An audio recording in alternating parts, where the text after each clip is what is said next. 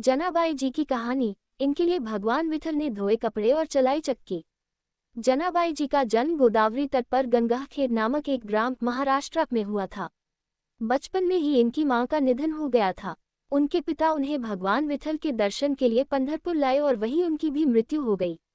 जनाबाई जी के हृदय में भगवत प्रेरणा से यह बात आई कि कोई भक्त अगर उन पर कृपा कर दे तो उन्हें भगवान का साक्षात्कार हो जाएगा। इसलिए जनाबाई जी ने 8 वर्ष की आयु में नामदेव जी महाराज के यहाँ सेवा करना स्वीकार कर लिया। नामदेव जी निरंतर भजन परायण थे और निरंतर भगवान के नाम में डूबे रहते थे। नामदेव जी जैसे महात्मा के यहाँ सेवा मिल जाना मतलब स्वयं प्रभु की सेवा से भी बड़ी सेवा मिल जाना था। जनाबाई जी के हृदय में एक ही बात थी कि वे नामदेव जी को प्रसन्न कर लें। जनाबाई अब नामदेव जी के पूरे परिवार की तन्मयता पूर्वक सेवा करने लगी। वह उनके घर के सभी कार्य जैसे कपड़े धोना, आटा पीसना, भोग तैयार करना, बर्तन मांजना, झाड़ू पोछा करना इत्यादि सब स्वयं करने लगी। जनाबाई जी की भाव में स्थिति, साधु सेवा का प्रभाव। जनाबाई को सेवा में बड़ा आनंद आने लगा। नामदेव जी की सेवा और संग के प्रभाव से उनका निरंतर नाम जप चलने लगा।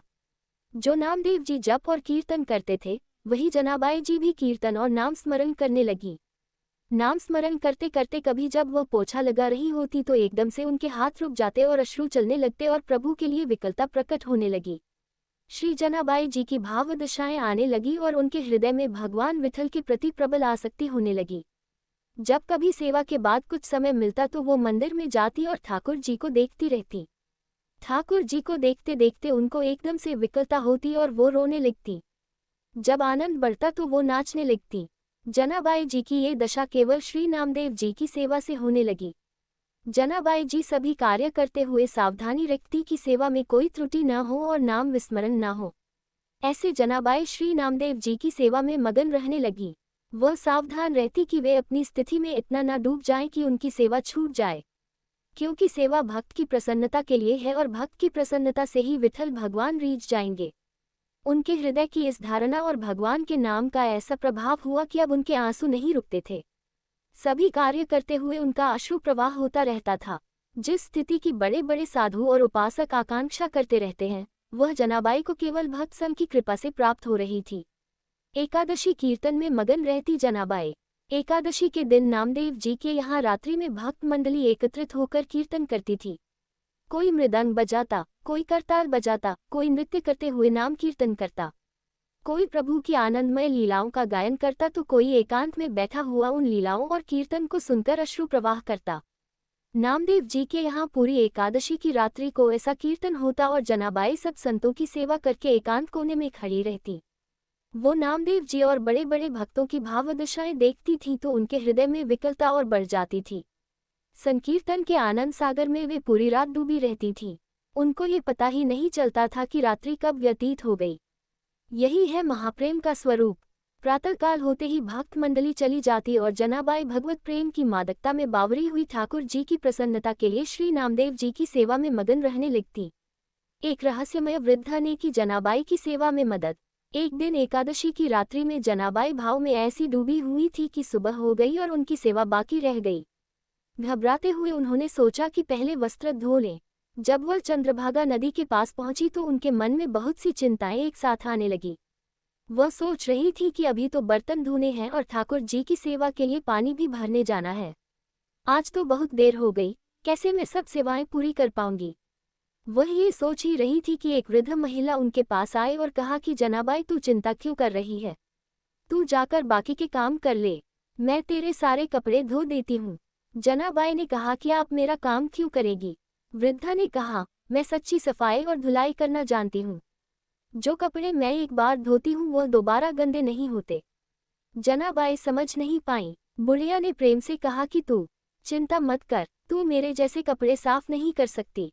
जनाबाई ने कहा कि अब मुझे तत्काल नामदेव जी के घर जाना होगा क्योंकि मैंने बर्तन नहीं धोए। वो ये कहकर और कपड़े वहीं नदी के किनारे छोड़कर चली गईं। जनाबाई बर्तन धोकर और जल भरकर वापस आई तो उन्होंने देखा कि उस वृद्ध महिला ने सब कपड़े धोकर सुखा दिए थे। जनाबाई ने देखा कि सारे कपड़े एकदम साफ हो गए थे। जनाबाई ने हाथ जोड़कर कहा कि आप जैसा उदार तो मुझे जीवन में कोई नहीं मिला। जनाबाई ने बोला कि मैं आपका बहुत आभार मानती हूँ। उस वृद्ध महिला ने कहा कि आभार की क्या बात है, मैं तो तुम्हारी ही हूँ। अपनों से आभार थोड़ी प्रकट करते हैं। ऐसा कहकर मुस्कुराते हुए वो वृद्ध माए वहां से चली। जाते जाते उन्होंने कहा, अगर कभी भी जरूरत हो तो मुझे याद कर लेना। तुम जब याद करोगी तो मैं तुम्हारी सेवा के लिए उपस्थित हो जाऊंगी। जनाबाई जी भाव में डूब गई, क्योंकि उस वृद्धा की मुस्कुराहट ने उनके हृदय में आनंद का वर्धन किया। जब चेतना आए तो उन्होंने सोचा कि मैंने तो पूछा ही नहीं कि वो कहाँ रहती है और उनका नाम क्या है। उन्होंने आसपास देखा तो वृद्धा दिखाई नहीं दी।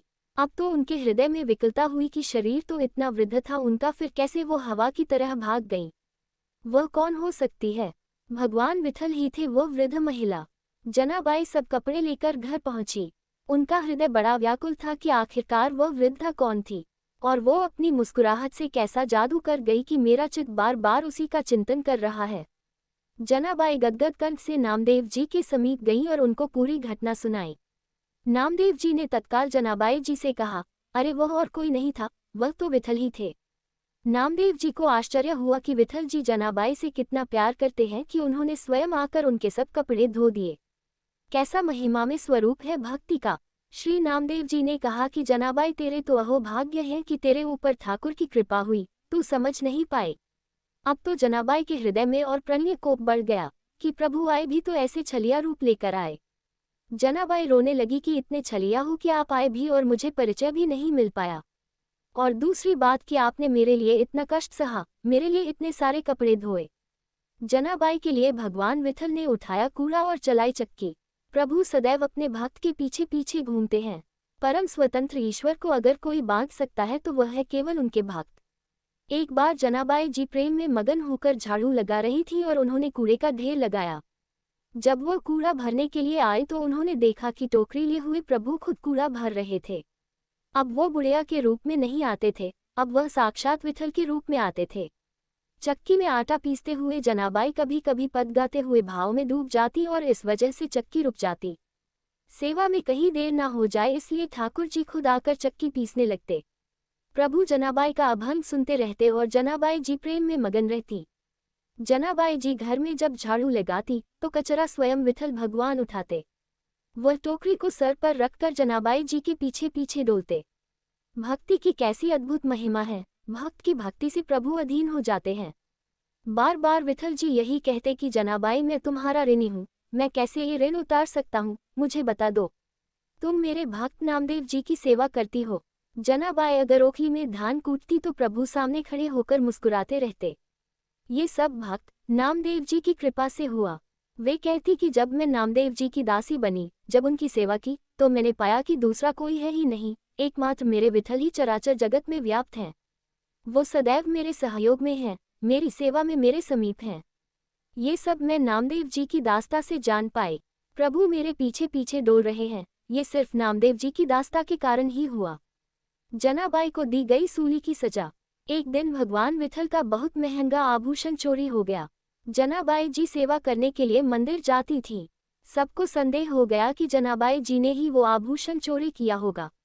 ये बात फैल गई। जनाबाई को लोग कलंकित करने लगे कि ये बहुत भक्त बनती है, लेकिन देखो इसने ठाकुर जी का आभूषण चुरा लिया। जनाबाई जी को सभा में बुलाया गया और पूछा गया कि तुमने वो हार चुराया है क्या? जनाबाई ने कहा कि मेरे प्राण धन श्री विठल भगवान हैं, मैं उनका हार क्यों चुराऊंगी? वो खुद मेरे हैं, मुझे हार चुराने की क्या जरूरत है? भक्त की भावनाओं को तो कोई भक्त ही समझ सकता है।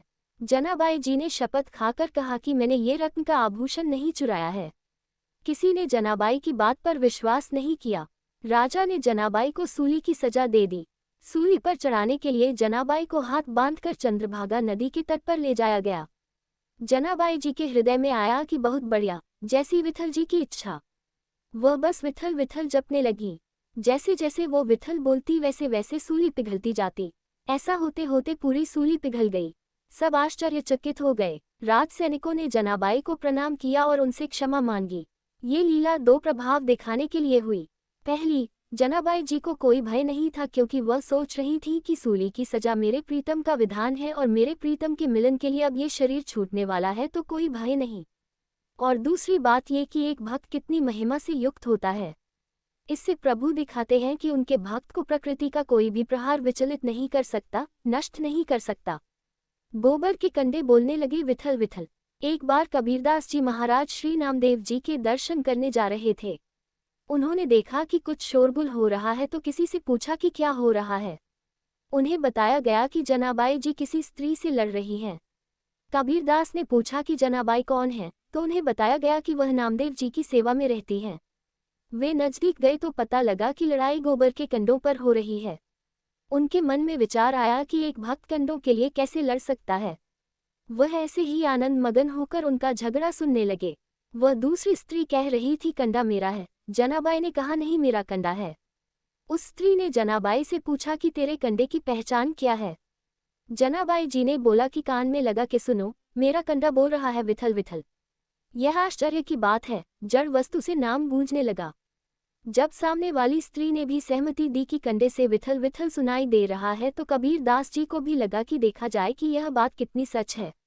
कबीरदास जी ने भी कंडे को कान पर लगाया तो विठल विठल सुनाई दिया। उन्होंने जनाबाई जी के चरणों में प्रणाम किया।